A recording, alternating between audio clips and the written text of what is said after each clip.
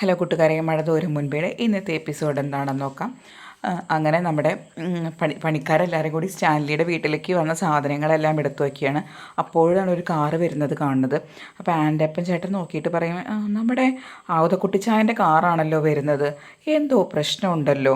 അല്ലാണ്ട് ആണ്ടിലും സംക്രാന്തിക്കും വരുന്ന ആളാണ്, ഈസ്റ്ററിനും ക്രിസ്മസിനും വന്നുള്ള കുപ്പി മുഴുവൻ കമത്തി പിന്നെ ബാക്കിയുള്ള കുപ്പി മുഴുവൻ എടുത്തു കൊണ്ടുവന്ന ആളാണ്. ഇതിപ്പോൾ എങ്ങനെ വരണം, എന്തോ ഒരു കാരണമുണ്ടല്ലോ എന്ന് പറയുകയാണ്. അപ്പം മറ്റേ ജോലിക്കാരനും പറയും, അത് ശരിയായി, ഇന്നലെ മുതൽ സാറാകെ ഒരു മൂടില്ലാണ്ടാണ് നിൽക്കുന്നത്. അപ്പോഴേക്കും ഔതക്കുട്ടിച്ചായ വന്ന് വണ്ടിയൊക്കെ പുറത്തേക്ക് ഇറങ്ങും. എന്നിട്ട് ചോദിക്കും, എന്നാ ആൻ്റെപ്പാ നിൻ്റെ സാറ് പുതിയ ഇനങ്ങളെ വല്ലതും വാങ്ങിയായിരുന്നോ? അങ്ങനെ വാങ്ങിയിട്ടുണ്ടെങ്കിൽ പറയട്ടാന്ന്. അപ്പോൾ ആൻ്റപ്പ ചേട്ടൻ പറയും, ഇല്ല പുതിയത് അതിന് വാങ്ങിയിട്ടില്ല, പഴയതുള്ളത് മതി, പഴയത് ഉള്ള നായ്ക്കൾ തന്നെ ഇവിടെ ഉള്ളൂ എന്ന്. അതെന്തായാലും നന്നായി, ഇനി വയസ്സാം കാലത്ത് അവന്മാർ കടിച്ചിട്ട് പുക്കിളിന് ചുറ്റും ഇഞ്ചക്ഷൻ എടുക്കാനത് എനിക്ക് മേല എന്ന് പറയുകയാണ്. എന്തായാലും ഞാനൊന്ന് അകത്തോട്ട് കയറട്ടെ. പിന്നെ കുക്കിനോട് പറയും, നല്ല വല്ല സാധനങ്ങളൊക്കെ ഉണ്ടാക്കി കൊണ്ടുപോയോട്ടാ എന്ന് പറയുകയാണ്. ശരി സാർ എന്ന് അയാളും പറഞ്ഞ് അങ്ങനെ അപ്പോഴേക്കും സ്റ്റാൻലിയുടെ അടുത്തേക്ക് ഔതക്കുട്ടിച്ചായ നടന്നു വരികയാണ്. അങ്ങനെ സ്റ്റാൻലി ആണെങ്കിൽ ഒരു കുപ്പിയിൽ നിന്ന് മദ്യം ഒഴിച്ച് വെച്ച് ചെറുതായിട്ട് സിപ്പ് ചെയ്ത് കുടിക്കുകയാണ്. അപ്പോഴാണ് അപ്പൻ നടന്നു വരുന്നത്. അപ്പോൾ അപ്പൻ ചോദിക്കും, എന്നാടാ വിശേഷം ഇവിടെ, സുഖമല്ലേ? നിൻ്റെ ഈ നായയാണ് എന്നെ കൊടുന്നാക്കി തന്നത്, ഇനി അവനോട് പൊക്കോളാൻ പറ എന്ന് പറയും. അപ്പോൾ സ്റ്റാൻലി അവനോട് പൊക്കോളാൻ പറയുമ്പോൾ അവൻ പൊക്കോളാൻ പറയണം. അങ്ങനെ പറയും, അപ്പൻ നിൽക്കാതെ ഇരിക്കുകയെന്ന്. പിന്നെ അപ്പൻ പറയും, നീ ആ റോബിനെയൊക്കെ ഒന്ന് ഉപദേശിക്കണം കേട്ടോ, അവന്മാരൊക്കെ എന്നാ കുടിക്കുന്നതെന്നറിയോ, നിൻ്റെ കുടി ഒരു സമാധാനമുണ്ട്, നീ കുറേശ്ശെ സിപ്പ് ചെയ്ത് കുടിക്കും, പക്ഷെ അവന്മാർ ലിറ്റർ കണക്കിന് കമത്തുന്നത് എന്ന്. അപ്പോൾ നമ്മുടെ സ്റ്റാൻലി പറയും, അവന്മാരെ ഉപദേശിക്കാൻ പറ്റിയ ആളാണല്ലോ ഞാനും കുടിക്കുന്ന ആളല്ലേ അപ്പ, ഒരു കാര്യം പറഞ്ഞാൽ മതി അപ്പൻ അവരുടെ അടുത്ത്, അതായത് ഇങ്ങനെ ഒരുപാട് കുടിച്ചു കഴിഞ്ഞാൽ കുട്ടികളുണ്ടാവില്ല എന്ന്. പപ്പൻ പറയും, അത് ശരി തന്നെയല്ലേ, കല്യാണം കഴിഞ്ഞിട്ട് ഇത്ര നാളായില്ലേ, കുട്ടികളൊന്നും ആയിട്ടില്ലല്ലോ എന്നൊക്കെ. പിന്നെ ചോദിക്കും, എന്നാടാ അവിടെ ഒരു വിശേഷം, നീ എന്നാ പെട്ടെന്ന് വരാൻ പറഞ്ഞേ, ആരെങ്കിലും പുതിയ ആൾക്കാർ വന്നോ? വന്നിരുന്നു, ഒരു ബാലചന്ദ്രമേനോൻ കാണാൻ വന്നിരുന്നു എന്നെ എന്ന് പറയാണ്. പപ്പൻ പറയും, അവർ നമ്മുടെ വീട്ടിൽ വന്നിട്ട് നിൻ്റെ അഡ്രസ്സ് വാങ്ങിയിട്ടല്ലേ വന്നത്, ഞാനാണ് അവർക്ക് അഡ്രസ്സ് കൊടുത്തത്, അവരെന്തെങ്കിലും തോട്ടെങ്ങാനും പാട്ടത്തിനെടുക്കാനോ അങ്ങനെ എന്തിനെങ്കിലും വന്നതാണോടാ എന്ന് ചോദിക്കണം. അതിനൊന്നുമല്ല വന്നത്, അവർ ഒരു കാര്യം പറയാനാണ് വന്നത്, എനിക്ക് 23 വയസ്സായ ഒരു മകളുണ്ടെന്ന് എന്നോട് പറയാൻ വേണ്ടിയിട്ട്. അത് കേട്ടതും ഔതക്കുട്ടിച്ചായൻ ചിരിക്കാൻ തുടങ്ങും. എന്നിട്ട് പറയും, 23 വയസ്സുള്ള മകളോ, നിൻ്റെ കല്യാണം കഴിഞ്ഞിട്ട് തന്നെ 20 കൊല്ലമല്ലേ ആവുന്നുള്ളൂ, പിന്നെ എങ്ങനെ നിനക്ക് 23 വയസ്സുള്ള ആൾ? ഓരോ നമ്പറും കൊണ്ട് ഇറങ്ങിയിരിക്കുകയാണ് ഓരോരുത്തന്മാർ, വല്ല പൈസ തട്ടിക്കാനാവൂടാ എന്ന് പറയുകയാണ്. അപ്പോൾ നമ്മുടെ സ്റ്റാൻലി പറയും, അതിനാവാൻ വഴിയില്ല, കാരണം അയാളൊരു വ്യാപാരിയാണ്, കാരണം അയാൾക്ക് ജ്വല്ലറിയും പിന്നെ വേറെ എന്തൊക്കെയോ ബിസിനസ് ഉണ്ട് എന്നൊക്കെ. അപ്പോൾ ഔതക്കുട്ടിച്ചായൻ പറയും, അത് വിശ്വസിക്കാനൊന്നും പറ്റില്ല, കാരണം അവർ പറയുന്നുണ്ടെങ്കിൽ നമുക്കൊന്നും അറിയുന്നില്ലല്ലോ എന്ന്. അപ്പോൾ സ്റ്റാൻലി പറയും, ഈ കഥ തുടങ്ങുന്നത് 23-24 വർഷം മുൻപ് ആഗ്രയിൽ നിന്നാണ്. അന്ന് അവിടെ വെച്ച് വൈജയന്തി എന്നൊരു പെൺകുട്ടിയെ ഞാൻ പ്രേമിച്ചിരുന്നല്ലോ. അതപ്പോൾ അച്ഛന് ഓർമ്മയില്ലേ? ഓർമ്മയുണ്ട്. അപ്പോൾ എന്താണ്, അവളുടെ കാര്യം പറയാനാണ് വന്നത്. അവളേനെ ഞാൻ പ്രേമിച്ചിട്ടുണ്ടായിരുന്ന സമയത്ത് അന്ന് അമ്മച്ചി ഉണ്ടായിരുന്നു. അമ്മച്ചി എപ്പോഴും എന്നോട് പറയാറുണ്ട്, നീ അവളെയും കൂട്ടിയിട്ടൊന്ന് കൊണ്ടുവരണം, കല്യാണം കാണാൻ അമ്മച്ചിക്ക് പറ്റില്ല എന്നുള്ളൊരു തോന്നൽ അമ്മച്ചിക്ക് ഉണ്ടായിരുന്നു. പിന്നെ ഞാൻ ആരെ കല്യാണം കഴിച്ചാലും അമ്മച്ചിക്ക് വിഷമം ഉണ്ടായിരുന്നില്ല, അമ്മച്ചി അംഗീകരിച്ചിരുന്നു. അപ്പച്ചനാണെന്ന് ഇടങ്കോലിട്ടത്, അന്യമതത്തിൽപ്പെട്ടൊരു പെൺകുട്ടിയെ കല്യാണം കഴിക്കാൻ പാടില്ലെന്ന് അപ്പച്ചനാണെന്ന് പറഞ്ഞത്, എല്ലാവരും ഉപേക്ഷിച്ചിട്ട് വേണമെങ്കിൽ നിനക്ക് കല്യാണം കഴിക്കാം എന്നും പറഞ്ഞു. അപ്പോൾ അത് കുട്ടിച്ചായൻ ചോദിക്കും, എന്നിട്ട് നീ കല്യാണം കഴിച്ചോ? ഇല്ല, ഞാൻ കല്യാണം കഴിച്ചില്ല, അപ്പച്ചൻ അന്ന് എതിർത്തതുകൊണ്ടാണ് ഞാൻ കല്യാണം കഴിക്കാതിരുന്നത്, അല്ലെങ്കിൽ ഞാൻ എന്നേ അവളെ കല്യാണം കഴിച്ച് കൊടുന്നേനെ എന്ന് പറയുകയാണ്. അപ്പോൾ അന്ന് അവൾ ഗർഭിണിയായിരുന്നു, 8 മാസം ഗർഭിണിയായിരുന്നു. അപ്പോൾ 8 മാസം ഗർഭിണിയായിരുന്ന സമയത്ത് അവൾ പ്രസവിച്ച കുട്ടിയാണെന്നാണ് പറയുന്നത് ബാലചന്ദ്രൻ.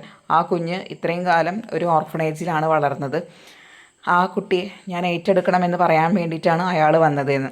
അപ്പോൾ ഇത് കുട്ടിച്ചാൻ അപ്പം തന്നെ പറയും, അതൊന്നും പറ്റില്ല ഏട്ടാ, നമുക്ക് എന്തൊക്കെ കാര്യങ്ങൾ നോക്കാനുണ്ട്, നമ്മുടെ അഭിമാനം അങ്ങനത്തെ കാര്യങ്ങളൊക്കെ ഉണ്ട്, നീ അങ്ങനെ ഏറ്റെടുക്കാനൊന്നും പറയരുത്, ഇത്രയും കാലം ആ കുട്ടി എങ്ങനെയെങ്കിലുമൊക്കെ വളർന്നില്ലേ അതുപോലെ വളരും. പിന്നെ അവൻ പറഞ്ഞത് ശരി തന്നെയാണ്, എന്താണ് അയാൾ പറഞ്ഞത് ശരി തന്നെയാണ്, കാരണം വൈജയന്തി എന്ന് എന്തായാലും തീർച്ചയായും പ്രസവിച്ചിട്ടുണ്ടായിരിക്കും, പ്രസവിക്കാതിരിക്കില്ല. പക്ഷേ ആ കുട്ടി ഇത്രയും കാലം ഓർഫണേജിൽ വളർന്നു വെച്ചെങ്കിൽ അതിനി അങ്ങനെ വളർന്നോളും എന്നാണ് പറയുന്നത്. അപ്പം എന്തായാലും വൈജയന്തി വേറെ കുടുംബമൊക്കെ ആയിട്ടാണല്ലോ ജീവിച്ചിട്ടുണ്ടാവുക. അപ്പോൾ ഇയാൾക്ക് എന്തിനാ അതിലിടപെടേണ്ട കാര്യമെന്ന് ചോദിക്കും. അപ്പോൾ സ്റ്റാൻലി പറയും ഇയാളുടെ വീട്ടിൽ ജോലിക്കായിട്ടാണ് അവളെ കൊടുന്നത്, അയാൾ അറിഞ്ഞിട്ട് അധികം കാലമൊന്നും ആയിട്ടില്ല, 6 മാസമായിട്ടേ ഉള്ളൂ എന്ന്. അപ്പോൾ എന്നാൽ ശരി, അങ്ങനെയാണെന്ന് വെച്ചെങ്കിൽ നീ അത് ഏറ്റെടുക്കാനൊന്നും നിൽക്കണ്ട ലാലിച്ച. കാരണം അതൊക്കെ ഒരു വള്ളിയാണ്, നമുക്ക് നമ്മുടെ കാര്യങ്ങൾ നോക്കാനുണ്ട് എന്ന് പറയുകയാണ്. അല്ല അപ്പോൾ വൈജയുടെ പാഠം എന്താണെന്ന് ചോദിക്കുകയാണ്. അപ്പോഴാണ് സ്റ്റാൻലി പറയുന്നത് വൈജയ് വിവാഹം കഴിച്ചിരിക്കുന്ന ആളാണ്, വിവാഹം കഴിച്ച ആളാണ് ബാലചന്ദ്ര മേനോൻ. അത് കേട്ടപ്പോൾ അവതക്കുട്ടിച്ചായനൊന്നും മിണ്ടാൻ പറ്റാത്തൊരവസ്ഥയാവട്ടെ. കാരണം അത് അയാൾ ഒരിക്കലും പ്രതീക്ഷിച്ചില്ല. ഏതോ ഒരാൾ എന്തോ എന്ന് പറഞ്ഞു എന്ന് മാത്രമേ അയാൾ ആലോചിക്കുന്നുള്ളൂ. വൈജയുടെ ഭർത്താവാണെന്ന് അവർക്കറിയില്ല. അപ്പോൾ അയാൾ പറയും അയ്യോ അതങ്ങനെയാണോ എന്ന് ചോദിക്കണേ. ഞാൻ വേണമെങ്കിൽ ഒന്ന് വിളിക്കാം അയാളെ എന്ന് പറഞ്ഞ് സ്റ്റാൻലി വിളിക്കുകയാണ് നമ്മുടെ ബാലചന്ദ്രൻ. അപ്പോൾ സ്റ്റാൻലി വിളിച്ചപ്പോൾ സ്റ്റാൻലി ഹലോ ബാലചന്ദ്രൻ അല്ലേ എന്ന് ചോദിക്കും.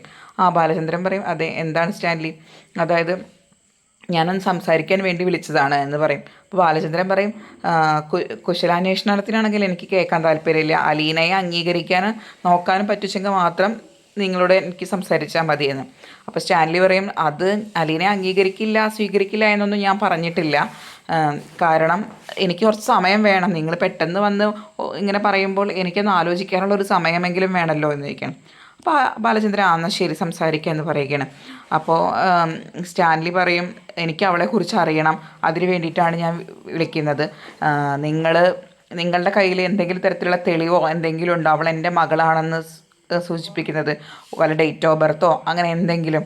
അപ്പോൾ ബാലചന്ദ്രൻ പറയും എൻ്റെ ഭാര്യയ്ക്ക് അവിഹിത ബന്ധത്തിലുണ്ടായ ഒരു കുട്ടിയുടെ അച്ഛന് ആണെന്ന് നിങ്ങളിന്ന് തെളിയിക്കാൻ എനിക്ക് വട്ടൊന്നുമില്ല. എൻ്റെ ഭാര്യയുടെ അവിഹിത ബന്ധത്തിൻ്റെ തെളിവ് ശേഖരിക്കാനും എനിക്ക് നേരമില്ല, നിങ്ങൾക്ക് വേറെ വല്ലതും പറയണമെങ്കിൽ പറഞ്ഞോളൂ എന്ന് പറയുകയാണ്. അപ്പോൾ അപ്പോൾ നമ്മുടെ സ്റ്റാൻലി പറയും എൻ്റെ അപ്പനുണ്ട് ഇവിടെ, ഞാൻ അപ്പനൊന്ന് ഫോൺ കൊടുക്കാമെന്ന്. അപ്പോൾ അപ്പൻ കുറച്ച് മോശമായിട്ട് ചൂടായിട്ടാണ് ബാലചന്ദ്രനോട് സംസാരിക്കുന്നത്.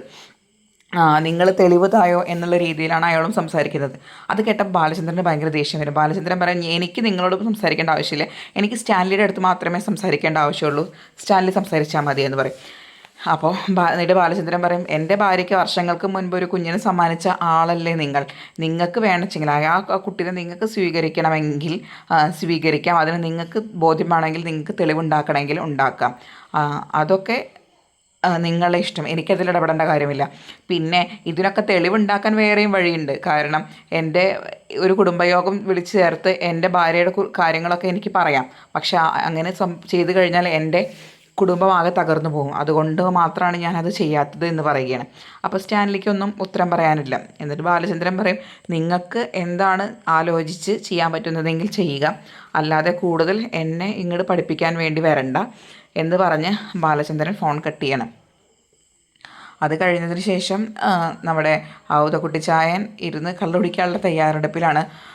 അപ്പോൾ നമ്മുടെ ആൻ്റപ്പൻ ചേട്ടൻ എന്തൊക്കെയോ ടച്ചിങ്സൊക്കെ കൊടുന്നു കൊടുക്കുന്നുണ്ട്. അപ്പോൾ പറയേണ്ടത് ഇത് നല്ലൊരു ബ്രാൻഡാണ്, നിനക്ക് വേണോടോ എന്ന് ചോദിക്കുകയാണ് ആൻ്റപ്പനോട്. അപ്പോൾ ആൻ്റപ്പൻ ചേട്ടൻ പറയും വേണ്ട, ഡ്യൂട്ടി സമയത്ത് കള്ളു കുടിച്ച് കഴിഞ്ഞാൽ സാറിൻ്റെയൊക്കെ ഒന്ന് ചീത്ത കേൾക്കുമെന്ന്. അപ്പോൾ ഔതക്കുട്ടിച്ചായൻ പറയും അത് നല്ല കാര്യമാണ്, ഒരു ഡിസിപ്ലിൻ ഉണ്ടാവണം നല്ലതാണ്, ഞാൻ നോക്കിയേ 2 പെഗ്ഗേ കുടിക്കുള്ളൂ, അത് കഴിഞ്ഞതിന് ശേഷം പോയി കിടന്നുറങ്ങുകയും ചെയ്യും, ഒരു കുപ്പിയൊക്കെ എനിക്കുണ്ടെങ്കിൽ എനിക്ക് ഒരാഴ്ച സുഖമായിട്ട് പോകും. കണ്ടോ ഇത് നല്ലൊരു ഐറ്റമാണ് ഈ കുപ്പി, ഇത് അവൻ എവിടെന്നോ എനിക്ക് വാങ്ങിച്ചു കൊടുക്കുന്നതാണ് എന്ന് പറയുകയാണ്.